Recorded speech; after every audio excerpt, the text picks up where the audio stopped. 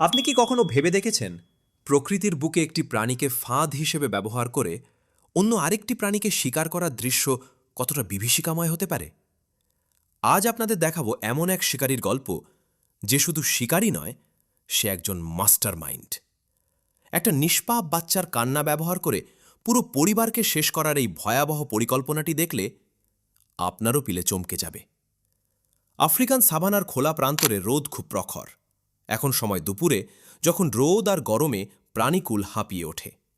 একটি ওয়ার্থক বা বুনো শূকর তার গর্ত থেকে বেরিয়ে এসেছে একটু কাদার খোঁজে, কারণ এই তপ্ত রোদে শরীর ঠান্ডা রাখার জন্য কাদা মাখাই তাদের একমাত্র উপায়। সে জানে না তার জন্য ঝোপের আড়ালে অত পেতে আছে এক ঘাতক, একটি চিতাবাঘ। চিতাবাঘটি কিন্তু সাথে সাথে আক্রমণ করেনি। সে জানে যদি এই মুহূর্তে আক্রমণ করে তবে মা শূকরটি গর্তের ভেতর ঢুকে পড়বে আর সে শিকার হারাবে। সে অসীম ধৈর্য নিয়ে অপেক্ষা করল।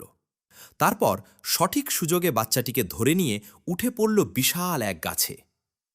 সে কি বাচ্চাটিকে মেরে ফেলল? না, সে আসলে একটি নিষ্ঠুর খেলায় মেতে উঠল। সে বাচ্চাটিকে এমনভাবে গাছে ঝুলিয়ে রাখল যাতে তার চিৎকারে মা শূকরটি ছুটে আসে। এই করুণ চিৎকার কি মায়ের কানে পৌঁছাবে? আর পৌঁছালে মা কি তার বাচ্চার জীবনের ঝুঁকি নিয়ে ফিরে আসবে? মায়ের তো আসার কথা, কিন্তু প্রকৃতি সবসময় আমাদের প্রত্যাশা মতো চলে না। আর চিতাবাঘটিও এখানে বড় এক ভুল করে বসল। সে কি জানত যে তার এই শোরগোলে আরও এক বিপদ ডেকে আনবে? হ্যাঁ, ঝোপের আড়াল থেকে হাজির হল সাভানার আর এক কুখ্যাত খাদক, হায়না। তারা ঠিকই জানে কোথায় খাবার পাওয়া যায়। ঠিক যখন বাঘটি তার শিকার নিয়ে ব্যস্ত, তখনই ঘটল বড় বিপদ। নিজের শিকার বাঁচাতে গিয়ে চিতাবাঘটি শেষ পর্যন্ত কি পেরেছিল সফল হতে, নাকি শেষ মুহূর্তে হাতছাড়া হল সবটুকু পরিশ্রম?